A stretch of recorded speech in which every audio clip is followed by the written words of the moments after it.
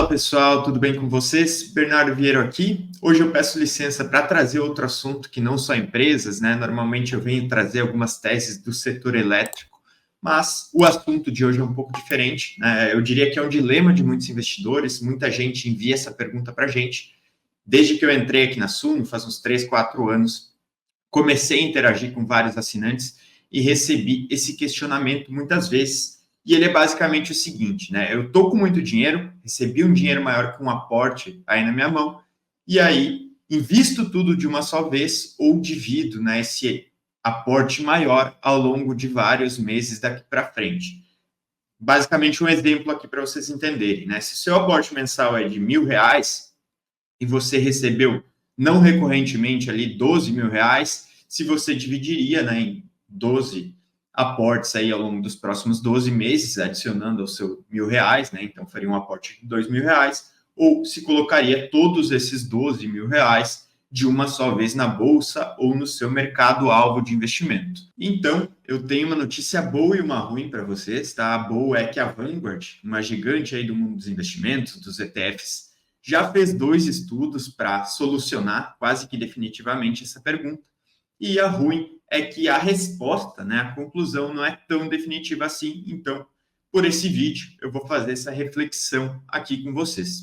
Então, pessoal, antes de passar aqui para frente, eu acho que mais uma vez é bem importante a gente delimitar quais seriam essas duas estratégias que são comparadas, tá? Então, resumindo, seria o aporte imediato, né, com 12 mil na mão, o investidor vai lá e coloca tudo na bolsa, ou no seu investimento-alvo, né, específico, e o aporte escalonado, que seria a segunda estratégia, que seria dividir esses R$ 12.000 em 12 aportes, né, adicionais ao seu aporte normal.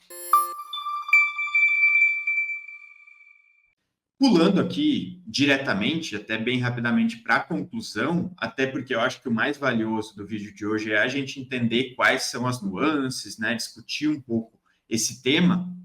Eu já adianto para vocês que, em termos estritos, né, específicos de retorno, rentabilidade, a primeira opção se provou a melhor em 2/3 ali das situações, né, das simulações que foram feitas nesses estudos. Então, com dados aí de décadas de mercados desenvolvidos, eles pegaram 76 a 2015 e um estudo mais recente levaram isso até 2022, em mais de 2/3 das simulações avaliadas. A estratégia que deu um melhor retorno foi a que eles chamam de lump sum of money, né, em inglês, que seria investir tudo de uma só vez e o mais rápido possível. Aqui, pessoal, eu acho que é bem importante destacar que eles também trabalharam alguns formatos diferentes de carteira. Então, 100% ações, metade renda fixa, 60-40, enfim, vários cenários. E na média, né, em 2/3 das vezes, a estratégia de investir tudo o mais rápido possível se deu melhor.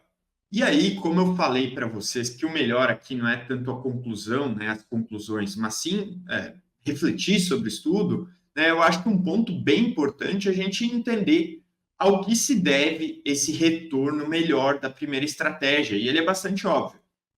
Historicamente, a exposição aos retornos do mercado, obviamente, se mostrou superior à postura de manter aí grandes montantes de dinheiro mais retido, né? E assim o investidor que coloca, né, que mantém o máximo possível do seu capital exposto aos retornos do mercado por mais tempo, também tende a se dar melhor. Contudo, aí, todavia, entretanto, né, o estudo ele ousou em vir com uma outra conclusão que eu também concordo bastante, que é a seguinte: essa divisão dos aportes, ela tende a proteger o investidor contra alguns possíveis comportamentos negativos que ele mesmo pode ter. Então, a segunda opção, ela é valiosa nesse cenário.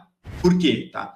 Essa estratégia de investimento imediato, né, do montante inteiro, ela, nessas simulações que foram feitas, ela teve uma performance inferior em alguns poucos casos, né? Eu falei 2/3 foram positivos e 1/3, então, basicamente negativo, né? Eu vou lembrar aqui que foi 8% inferior em um dos cenários, tá? E nesse caso, a dúvida que eu fico é a seguinte, né? Se nesses 3 possíveis cenários aí em 10, que seria basicamente 1/3, um investidor que não tolera tanto uma performance negativa em um patrimônio que ele não está acostumado a expor ao mercado, né? Se ele não tomaria atitudes impensadas ali, possivelmente vendendo tudo no pior momento possível, tá?